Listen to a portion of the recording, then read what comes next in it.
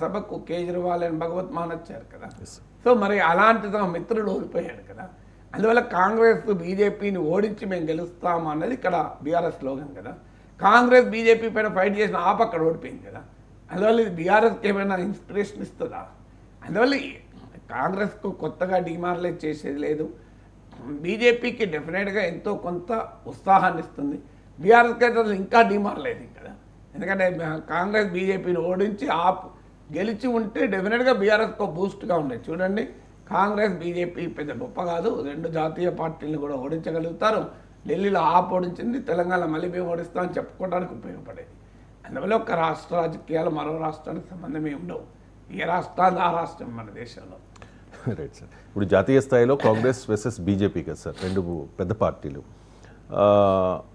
ఎలాగో ఢిల్లీలో గతంలో 0, ఇప్పుడు 0కే పరిమితమైంది. కానీ కాంగ్రెస్ పార్టీ ఆప్ ఓటమిని హ్యాపీగా ఫీల్ అవుతోంది సార్. ఎందుకు సార్ అలా? అంటే మీరు ఇవాళ కూడా రేవంత్ రెడ్డి స్టేట్మెంట్ చదివాను పేపర్లో, ఫ్రంట్ పేజీలో. మేము ఢిల్లీలో ఓడించాం, మా కర్యాగాడ మమ్మల్ని ఓడించినందుకు అని కూడా అన్నట్లు ఇలా పేజ్ 1లో వచ్చింది. సో అందువల్ల సహజంగానే కాంగ్రెస్ పార్టీకి ఏంటంటే ఢిల్లీలో వారు ఒకటి వాళ్ళ ఓటింగ్ కాస్తంతా మార్జినల్గా పెరిగింది. ఢిల్లీ రాష్ట్ర కాంగ్రెస్ మొదటి నుంచి జాతీయ కాంగ్రెస్ పైన ఒత్తిడి తెచ్చేది ఏంటంటే మమ్మల్ని ఇండిపెండెంట్గా పనిచేసి ఆప్ వ్యతిరేకంగా బీజేపీ వ్యతిరేకంగా పార్టీని ఉనికిని కాపాడుకోనివ్వండి, పార్టీని స్థానికంగా పెంచుకోనివ్వండి అనేది వాళ్ళ డిమాండ్. కానీ జాతీయ రాజకీయ అవసరాల రీత్యా హైకమాండ్ కాస్త తొక్కిపెట్టి ఉంచింది. సో ఈసారి రాష్ట్రంలో ఉన్న కాంగ్రెస్ పార్టీకి అవకాశం వచ్చింది ఇండిపెండెంట్గా పనిచేయడానికి. దాని ఫలితంగా మీ కాంగ్రెస్ ఓటింగ్ కాస్తంత ఇంప్రూవ్ అయింది. 4% నుంచి 6% ఇంప్రూవ్ అయింది. అందువల్ల కాంగ్రెస్ పార్టీ ఆప్ ఓటమి వల్ల కాస్త తన ఓటింగ్ను 2% పెంచుకోగలిగింది. ఆప్ కనుక భారీగా గెలిచుంటే కాంగ్రెస్కి అవకాశం ఉండేది కాదు. ఎందుకంటే బీజేపీ ఓటింగ్ను కొత్తగా కాంగ్రెస్ తెచ్చుకునే అవకాశం ఢిల్లీలో లేదు. మనం చాలాసార్లు చెప్పుకున్నాం, బీజేపీకి ఓడిపోయిన సమయంలో కూడా 1/3 ఓటింగ్ వచ్చిందని. అందువల్ల కాంగ్రెస్ పార్టీ కోల్పోయిన ఓటింగ్ ఆప్కు. అందువల్ల ఆప్ దెబ్బతింటే మళ్ళీ కాంగ్రెస్ తన ఓటింగ్ను తాను తిరిగి తెచ్చుకోవడానికి అవకాశం ఉంటుందని ఆ పార్టీ అంచనా.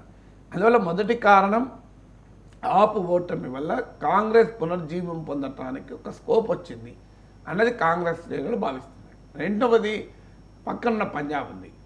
ఆప్ కనుక గెలిచి ఉంటే పంజాబ్ ఆప్ కూడా ఒక ఊపు వచ్చేది. ఇప్పుడు ఆప్ ఓడిపోవడమే కాదు, రేపు ఆప్లో ఎంతమంది మిగులుతారు, ఈ ఎమ్మెల్యేలు ఎవరు ఎటుపోతారు అనే అనుమానం ఉంది. దీని ప్రభావం వల్ల పంజాబ్లో ఆప్ ఎమ్మెల్యేలు ఆప్తో ఉంటారా, కాంగ్రెస్ వైపు వెళ్తారా, బీజేపీ వైపు వెళ్తారా అని చర్చ కూడా నడుస్తుంది. అందువల్ల పంజాబ్లో కూడా ఆప్ బలహీన పడితే అక్కడ బీజేపీ లాభపడదు, అక్కడ లాభపడేది కాంగ్రెస్ పార్టీ. ఎందుకంటే ఇటీవల లోక్సభ ఎన్నికలు చూడండి, అంతకుముందు అసెంబ్లీ ఎన్నికలు చూడండి, ప్రధానమైనటువంటి కాంటెస్ట్ అక్కడ ఆప్ వర్సెస్ కాంగ్రెస్. ఎందుకంటే బీజేపీ మొదటి నుంచి కూడా చాలా బలహీనమైన పార్టీ పంజాబ్లో. అకాలీదళతో కలిసి ఏమైనా ఫోర్స్గా ఉండడం తప్ప అకాలీదళతో కలవనప్పుడు బీజేపీకి ఏమీ లేదు. అందువల్ల ఆప్ దెబ్బతినడం అనేది అక్కడ పంజాబ్లో కాంగ్రెస్ పార్టీకి లాభం. అందువల్ల ఆ రకంగా పంజాబ్లో తిరిగి తన అధికారాన్ని నిలబెట్టుకోవడానికి ఆప్ ఢిల్లీ ఓటమి కాంగ్రెస్కు ఉపయోగపడుతుందని కాంగ్రెస్ శ్రేణులు విశ్వసిస్తున్నాయి. ఇది రెండవ కారణం.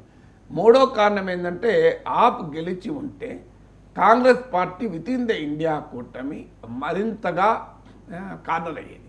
ఆల్రెడీ మీకు ఢిల్లీ ఎన్నికల సమయంలో ఇండియా కూటమి పార్ట్నర్లైన తృణమూల్ కాంగ్రెస్లు, సమాజ్వాదీ పార్టీలు వాళ్ళకేం బలం లేకపోవచ్చు, కానీ వాళ్ళు ఆప్కు మద్దతు ఇచ్చారు.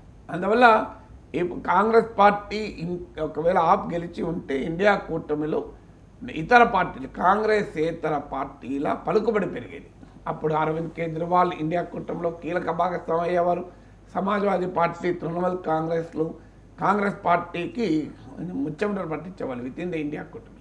అందువల్ల ఢిల్లీలో ఆప్ ఓటమి వల్ల ఇండియా కూటమిలో కాంగ్రెస్ పార్టీ ఆ మేరకైనా బలపడింది వితిన్ ది అలయన్స్.